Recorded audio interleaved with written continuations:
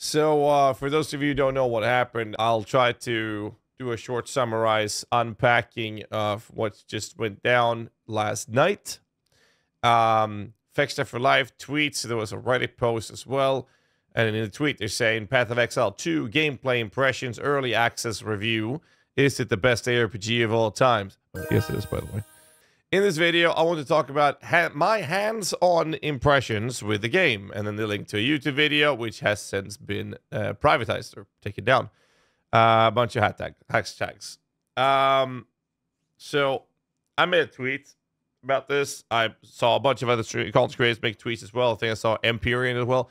So I made a tweet about this being, because I was under the impression that early access reviews were not given away or given out. However, I think that it's important to point out that early access reviews to game journalists and news outlets is a very common thing, and it's not a bad thing. So this was kind of to be expected, but they chose Fextralife, which I think most of us gamers can arguably say is not a good take whatsoever. And for those of you who are not aware of why that is, it's simply Fextralife is considered to be basically the worst villain of all time in the content creator industry, ruining honesty and sponsorships and many, many other things along their path of destruction. Essentially, they have a wiki page, and they also delve in the content creation world when it comes to guide creation and build guide creation. But most importantly, they have been embedding their stream on a consistent basis, no cap, nothing, just embedding their stream on all of their pages on their website to boost their Twitch viewership, which has obviously made them a ton of money, but it has hurt the content creation world as entirely. Embedding is actually something that has been very active in many directories on Twitch, including Path of Exile 1. For example, I know that there's been a lot of comments about me because I have actually had an embed on Craft of Exile's website. It looks like this, who I've helped create not helped create, but I helped manage and update with what it is today. You can actually see a promotion of my stream here, not autoplaying. And when I'm not live, you'll see one of my crafting videos actually here. Big shout out to Craft of Exile, by the way. So a lot of people have been on me about this. Now, what's funny is that before I did my embed there with Craft of Exile, there was rather, plenty of PoE creators who embedded their streams on their websites. And this is something that is not brought up to light when you discuss this topic. Because sadly, I'm very vocal about these things, and I happen to be taking all of the hate for this, and I literally took all the fire when this went down. And what's funny is like people had their streams embedded on either their own websites, or they had it on their own guide website. And this was very common. We also had the method creators, the organization method, had streams embedded as well. And this was happening in PoE way before I even started mine. And basically, when this blew up, and this was actually, I got blown up from it because Fextralife had an even bigger situation happening with it. So it kind of spilled over. But I kind of glad that it happened because none of us liked it. And what happened was that I was very vocal. I told them, I talked to Sis about it. I talked to a couple of other creators that were also having their embeds on their websites. And I said, if you guys stop doing your embeds, I will take mine down gladly. But if other people are going to sit there with their embeds up, I'm not going to take mine down. I was very vocal about that because one of the main reasons I accepted to do the whole embed in the first place, which was a cap, by the way. There was a limit to it because I didn't want to have that blow up. It was supposed to be a promotional thing. Still bad. I'm not excusing it. But what I'm saying is I would not have taken mine down if it wasn't for everyone else in the PoE category also taking theirs down, because it was so crazy to me. Another point to make on that topic is the amount of traffic generated. It was absolutely insane. For example, people said that it would have been fine if I did it on my own website. Now, you got to keep in mind that I have actual employees hired to help me with guide creations, with written guides, because I can't manage them all myself, because I manage so many guides these days with my company. So if I had them all on my own website, people don't actually know how many millions of people are watching those just over the first week of a launch. I would probably have 20, 30,000 viewers on my stream if I embedded on that. That's not okay. It never was. It never will be okay. It's disgusting. So anyways, moving on. So I took mine down as a response to everyone else taking theirs down. And I think PoE Director has been very good on when it comes to this topic ever since. Later, Twitch actually made it harder to do this, or impossible, right? And my understanding is that Fex are just doing it for other stream services. I don't know about that. That's just what I've been told. Anyway, so that's your TLDR on why Fextralife has been considered one of the worst villains out there in the content creation space. And then fast forward to the situation we're in right now. They made this tweet. There was a Reddit post. There's a video. It was up for, I believe Empyrean told me it was up for 3 hours. In those 3 hours, the last number I saw was 60,000, but someone told me that they had the video up and it said 77,000 people had watched the video in those 3 hours. Now, I'm going to show you my YouTube channel real quick, just to give you an idea of this. I'm going to go to videos, and I'm going to show you this one that was posted 17 hours ago. Clearly, this video, this channel has 41,000 views, yeah? It says 41,000 views. In reality, it has 43,000. And the longer a video has been out, the closer the real number is to the number that people see in public. In the first 3 hours, I actually checked this video. This video had 9,000 views. No, sorry, I'll take that back. It had 18 or 19,000 views after 6 hours or something, I think it was. But in reality, it actually has closer to 30,000 views, which means that if the video is showing within 3 hours that it had 70,000 views for Fextralife, then it had significantly more than that within those first 3 hours. So there's a lot of people who watched this video. Anyways, I made a tweet saying this is pretty wild, actually. Never have I seen PoE give out review access before like this, but to pick Fextralife, a media outlet, is crazy to me. And I'm gonna elaborate on this. So the thing is here is it's crazy that they picked them, but I understand they're them choosing to do the traditional game journalism and news outlets to get attention and review access to expose the game in a marketing way. I think that's great, and that's to be expected. Then I wrote, the audacity to then break the NDA and post on YouTube is truly stirring the pot. Now, this was me believing that, you know, they're just breaking the NDA, didn't think about it, whatever excuse they had, right? That was my initial take. I immediately concluded that that's what they've done. And PoE then makes a tweet confirming that that's not the case. However, there's some things I want to point out in this, but I'm going to read it out for those of you who haven't seen this. So they tweet out saying, we've seen some speculation that some people might already have access to the early access version of Path of Exile 2. Yes, and this is correct. To clarify, some traditional game media has been given access to a review version of the game. Part of the stipulation that media were given is that this is for review purposes only. They may share their opinion on the game, but are not allowed to produce guide-style content from this version that would spoil the discovery of the game or post unedited playthroughs. They are not playing on the same servers as the early access version, so none of their progress will be kept. In addition, all of the content they produce is embargoed until release of early access December 6th. Keep that in mind now. So no content is supposed to be posted until then. Now, we're going to come back to that topic in a bit. Unfortunately, there was a miscommunication with Fextralife that resulted in the video being posted early. So now GHAZZY is going out of their way to essentially protect Fextralife, saying, no, there was a miscommunication with Fextralife specifically, and that's why the video was posted early. And they're saying that this was a mistake on our end, and it's in no way on Fextralife. And then they went on to write, on release day, we want players to be able to make a more informed choice about if they would like to buy a key. We believe that allowing traditional game media access should be able to accomplish this without spoiling the game. Now, first off, I want to point out that in the gaming industry, especially in the ARPG world, because of the misinformation and the really poor managed wiki part and guide parts that Fextralife has been known for. Now, I'm not saying all of their stuff is bad, because I don't want to play at devil's advocate here and pretend, or I don't want to be like a bigot and pretend that they only do bad things. They have plenty of good stuff on their site as well, and most of us content creators don't want to mention that. But I will say that to have all cards on the table, they do have some pretty decent stuff as well. I would even say that some stuff is good. The reason we don't talk about that is because they are the greatest villain of all time in content creator world, so we don't want to give them any credit. But I want to put all the cards on the table for you guys. When it comes to the ARPG side of things, it's been a horrific shit show from start to finish. That's the quality content they've delivered, and everyone who is an ARPG veteran knows this. And we talk about it, and we're vocal about it. But most important problem here, and I'm going to talk about this very specifically. First off, we're going to tackle the topic of the fact that PoE said that there was a miscommunication. Now, I have playtested PoE 2 a couple of times in the past. Last one was 5 months ago. And what happened here is that the embargoes is not specific per individual creator.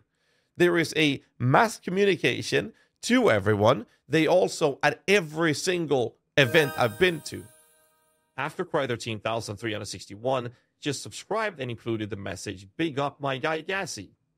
Thanks so much, Aftercry. I appreciate you.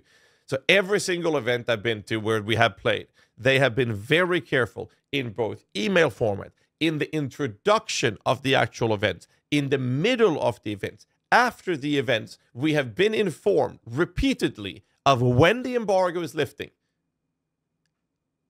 Why have this been something different when in every other situation GGG has ever done, they've been very adamant and clear about communicating the embargo for everyone as a whole? They have not have any specific, oh, that one's going to have embargo there, that one's going to have the embargo there. The only situation that they have had different embargoes was on the last playthrough test that I did in LA. And here's what they did. They went out of stage. All right, Jonathan went out of stage and was very, very clear in the communication. And he said, the embargo is this date. However, we will be reviewing that footage. Everyone, they review all of the footage, by the way, all of it. And they said the embargo for the witch summoner will be at a later date. So any footage that we were allowed to post was not allowed to be posted if it included a witch on the first embargo date. Then they gave us a second date for where the witch embargo was. That's why on the last place that I was in, a bunch of us PoE creators, we got together and we pooled our our gameplay recordings. I focused entirely on the witch. So most of the witch content you see out there is actually from my playtesting, because they played other classes to give us footage so we all could use each other's footage to make content to our audiences. So we went together and did that. So all of the footage I posted for the playtest that is not from a witch, I didn't even play those because I was entirely focused, and my job was to fix the witch playtest for everyone that we pooled with. That was my job. So we just, teamwork makes the dream work, exactly. So that's how we did it. But they were very clear, to get back on track here. They were very clear about the communication about the embargo. But now they're saying that they apparently had a miscommunication with Fextralife. So that's why they're taking heat. Either way, I'm speculating. And if we're going to have to look at the things that we have facts on, Path of Exile GGG is saying, hey, we are the one to blame for them posting it early. We can't do anything but say, okay, we're going to have to trust that. And that's fine. And the reason we don't trust Fextra is same reason why we don't have confidence in Diablo 4.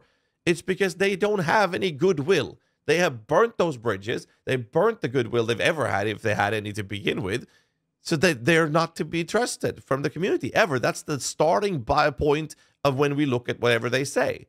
GGG, on the other hand, has a ton of goodwill built up. So when they say that the miscommunication is on their end and is in no way on Fextralife, we believe it, obviously. And that's okay. That's fine. I'm okay with that.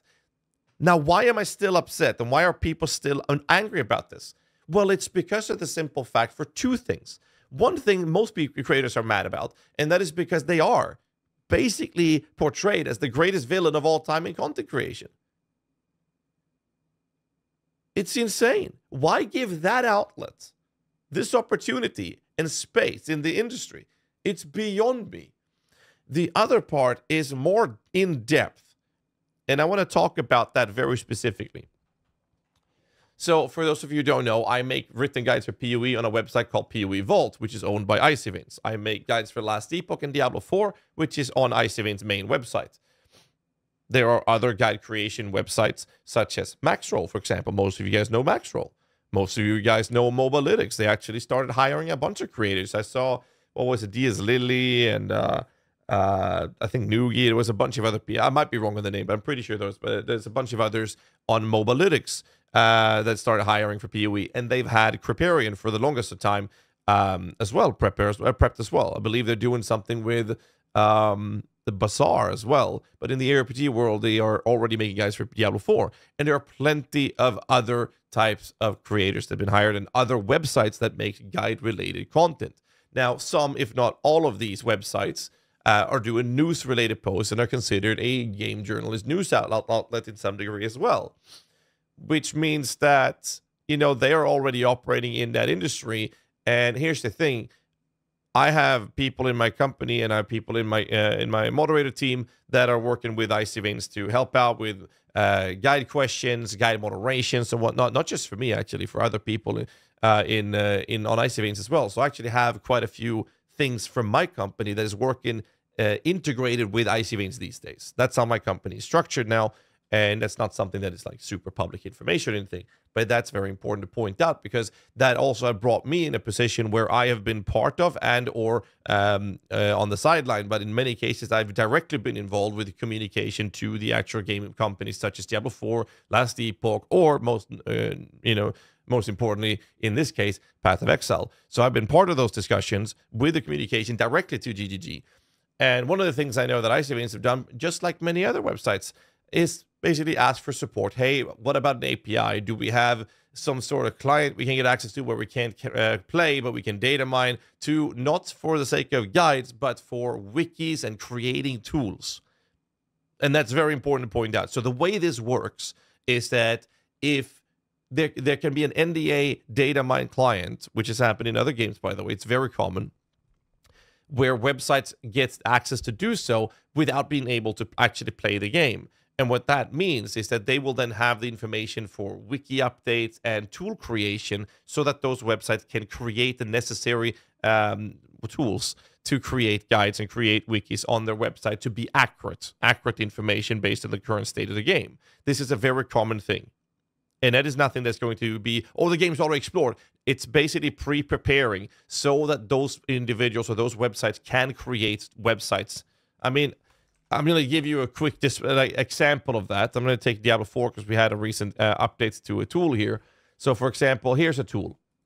This is a tool that's been created. This is from data mining. This tool is created with data mining for a skill tree. This tool is also created based on data mining. This is a Paragon board.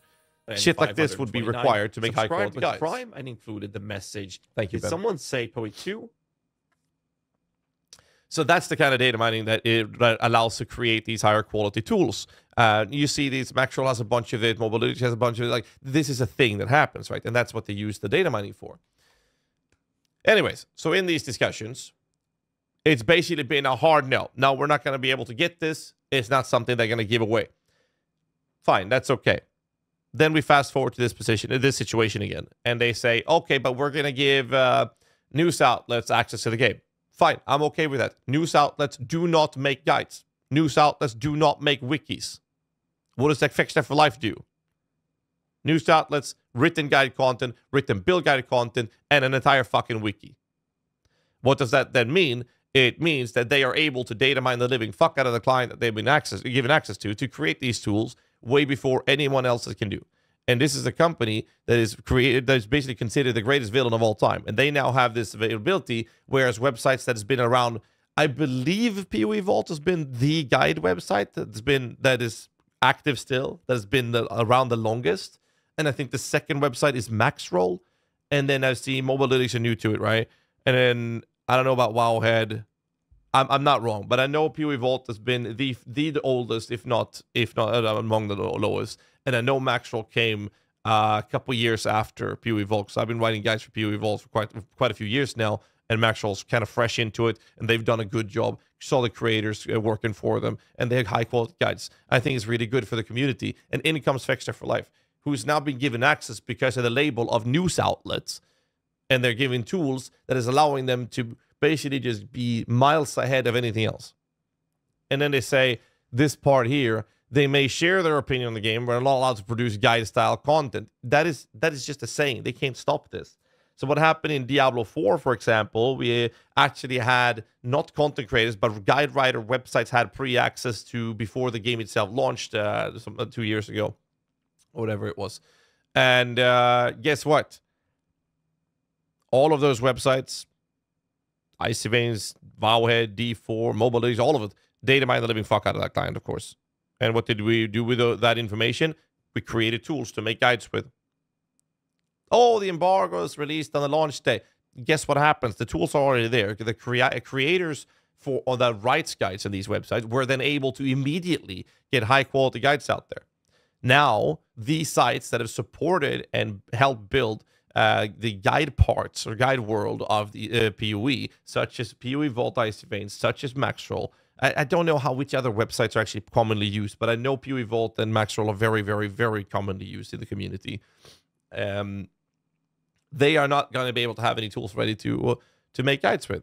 Not unless they had access to the review to a data mine, which was supposed to be for news outlets, not for guide rating pages. Now, I feel like I'm ranting on and on. That is basically what's going on. I'm gonna wrap this up for the guys watching on YouTube. That is why people are upset, and it's, I don't know what to say. But GG saying that it's on them, but I mean that's fine.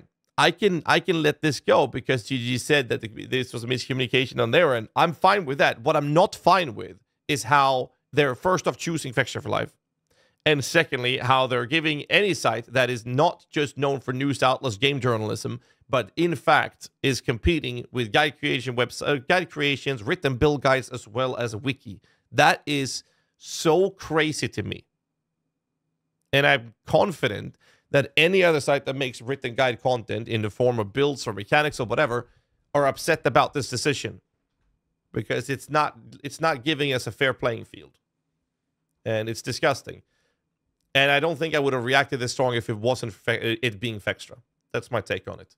Anyways, leave a comment down below and hit the like button, subscribe for more content. I'll see you guys in the next one. Till then, stay safe and keep rocking.